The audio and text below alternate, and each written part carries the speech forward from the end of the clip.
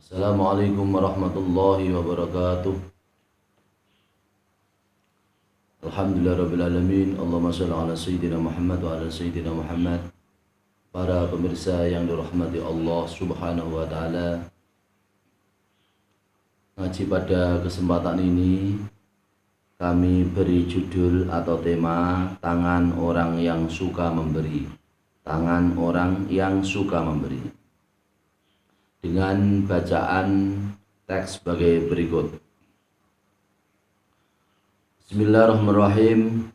Waja'alan teko apa hadis anin nabi saking Nabi Muhammad sallallahu alaihi wasallam annahu sak temene kanjeng Nabi iku kala iku ngendika sapa kanjeng Nabi, ya ibnu Adam, he ibnu Adam, innaka sak temene sira iku antabdula iku yen to ngorbanake sapa sira al-fadla ing kebaikan atau kebajikan, khairun antabdula yen to ngorbanake sapa sira al-fadla ing kebajikan atau ing kebaikan, khairun iku luwih bagus laka kedue sira, wa antamsika lan yen to ngeker utawa nahan utawa bakhil sapa sira hu ing kebaikan syarrun iku luwih ala laka kedue sira, wala tulamu lan ora jahat utawa hina utawa rendah utawa ngrendahake sapa sira ala kafafin ing atase kecukupane rezeki, wabda lan ngawitana sira biman kelawan wong ta'ulu kang dadi tanggungan keluarga sapa sira. Artinya telah datang dari sebuah hadis dari Nabi Muhammad SAW bahwa Nabi Muhammad bersabda, "Hei anak turun Adam, sesungguhnya kamu adalah orang yang mengorbankan kebaikan atau kebajikan itu lebih baik darimu, dan apabila kamu menahan atau bakhil dengan kebaikan maka itu adalah lebih jelek darimu. Dan jangan kamu menghinakan atau merendahkan atau kamu berbuat keji atau berbuat jahat atas rezeki yang cukup yang diberikan Allah Subhanahu wa taala kepadamu, dan berilah awalilah kepada orang yang menjadi tanggungan keluarga kamu." Rawan nyeritakan hadis sapa Muslimun, Imam Muslim. Hadis diriwayatkan oleh Imam Muslim.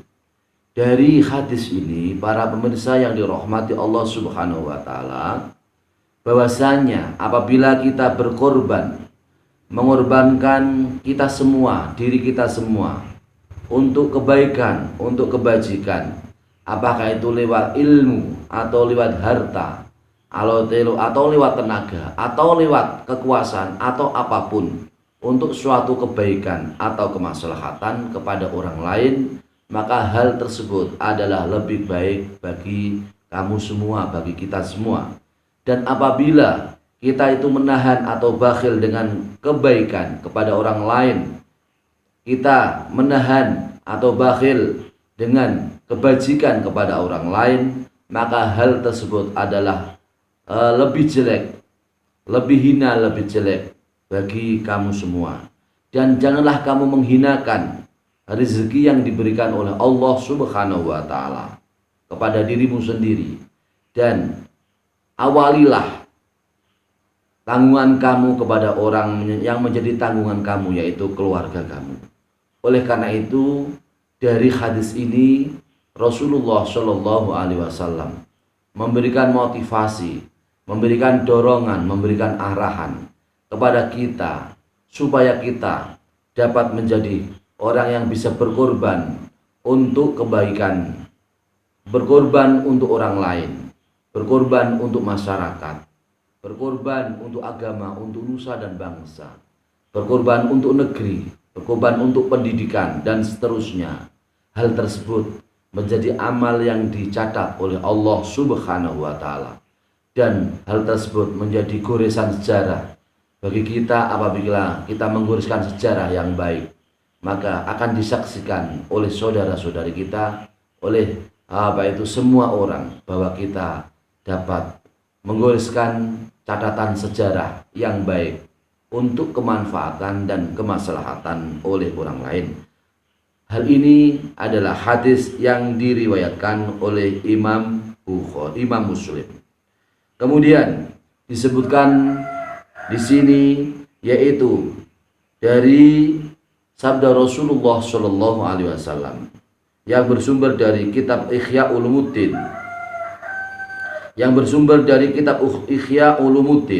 karangan Hujjatul Islam Imam Ghazali, pada Shahifah 352 juz 2. Qala Rasulullah Shallallahu Alaihi Wasallam, innallaha saktemene Gusti Allah iku judun iku dat kang lomo, yuhibbu kang demen sapa Allah aljuda ing kelomanan, wa yuhibbu lan demen sapa Allah makarimal akhlaqi ing pira-pira akhlak atau budi pekerti kang mulya. Akhraja ngatakan hadis sapa al-Kharabuti, sapa Imam Kharabuti, min hadisi Tulhata, saking hadis Imam Tulhah, min Ubaidillah, saking Ubaidillah. Artinya, sesungguhnya Rasulullah Shallallahu Alaihi Wasallam bersabda, sesungguhnya Allah Subhanahu Wa Taala itu adalah zat yang sangat dermawan. Allah Subhanahu Wa Taala adalah zat yang sangat pemurah. Maka Allah Subhanahu Wa Taala cinta kepada kemurahan. Dan Allah Subhanahu Wa Taala cinta kepada akhlak yang terpuji, akhlak yang mulia. Oleh karena itu, para pemirsa yang dirahmati Allah Subhanahu Wa Taala, marilah kita semua menjadi orang-orang yang pemurah, menjadi orang-orang yang bisa membantu, yang suka membantu kepada orang lain, menjadi orang-orang yang bisa bermanfaat untuk orang lain. Apabila kita bisa bersikap murah kepada orang lain, maka Allah Subhanahu Wa Taala pun memberikan kemurahan kepada kita semua. Wallahu fi aunil abdi, maka al abdu fi auni akhihi.